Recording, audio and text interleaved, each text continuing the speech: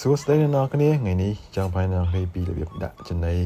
ឲ្យកូនឆ្កែរបស់ខ្ញុំជាមួយនឹងចំណីគ្រាប់ទូចៗនេះបន្ទាប់មកខ្ញុំយកវាមកត្រាំជាមួយនឹងទឹកស្អាតឲ្យវារីក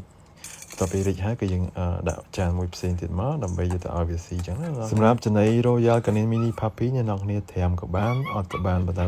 ថាវាជួយចិត្តស៊ីអត់ត្រាំទេអានឹងក៏វាកាន់តែល្អដែរអញ្ចឹងណាសម្រាប់គុណភាពចំណីហ្នឹងសម្រាប់កូនឆ្កែខ្ញុំមុនដំបូងគឺខ្ញុំទៅឲ្យវាស៊ីចំណីតុនសិនបន្ទាប់មកបាទខ្ញុំចាប់ផ្ដើមដាក់លាយជាមួយនឹងចំណីរឹងឲ្យវាស៊ីហើយបានយើងបដូរជាចំណីរឹងឲ្យវាស៊ីហ្មងអញ្ចឹងនៅក្នុងនេះឃើញគឺពេលដែលដាក់ចំណីគឺជាពេលដែលយើងទៅប្រហាត់វាគឺធ្វើម៉េចឲ្យវាស៊ីមានរបៀបអញ្ចឹងនៅក្នុងនេះឃើញមុននឹងស៊ីគឺខ្ញុំទុកវាសិនដើម្បីកុំឲ្យវាទៅបាក់ស៊ីភ្លាមគឺយើង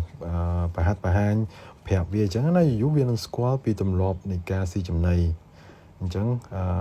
នៅពេលដាក់ចំណីគឺជាពេលដែលល្អសម្រាប់បរិញ្ញាពួកកូនឆ្កែហ្នឹងឃើញគឺ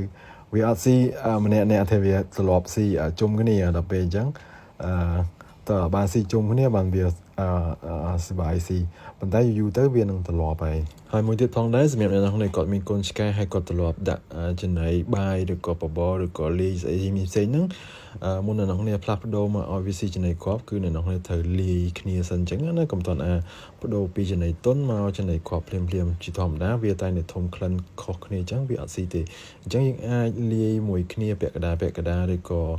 លាយមកភាគពីភាគអីចឹងទៅដើម្បីឲ្យកូនឆ្កែវាទ្រលាប់យូរទៅវានឹងទ្រលាប់ពីចំណីមួយទៅចំណីមួយអញ្ចឹងណាអ្នកនរគ្នាហើយវិធីសាស្ត្រមួយទៀតបើសិនអ្នកនរគ្នាសង្កេតឃើញថាកូនឆ្កែរបស់អ្នកនរគ្នា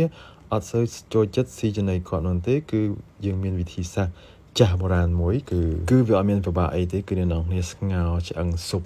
មានស៊ុបគោស៊ុបមាន់យកឆ្អឹងទៅស្ងោរមកងាស់ឲ្យវាលយចេញជាទឹកទៅយកមកលាយជាមួយនឹងចំណីដែលយើងត្រាំហើយហ្នឹងទៅធម្មជាតិរបស់ពួកវាគឺឲ្យតែធំក្លិនឆ្អឹងស៊ុបហ្នឹងគឺវាស៊ីតបាក់យកទាំងអស់ហ្មងអញ្ចឹងនៅក្នុងនេះអាចសាកល្បងនៅផ្ទះបានហើយស្ងោរមិនចាំបាច់ដាក់អំបិលដាក់គ្រឿងដាក់អីទេគឺស្ងោរសាបព្រោះជាធម្មតាពួកហ្នឹងវាត្រូវការក្លិនវាអត់ត្រូវការរសជាតិផ្អែមប្រៃហឹរល្វីងអីទេគឺវាត្រូវការក្លិនអញ្ចឹងណាអ្នកគ្នាអញ្ចឹងអ្នកគ្នាអាចសាកល្បងបានអរគុណច្រើនជម្រាបលា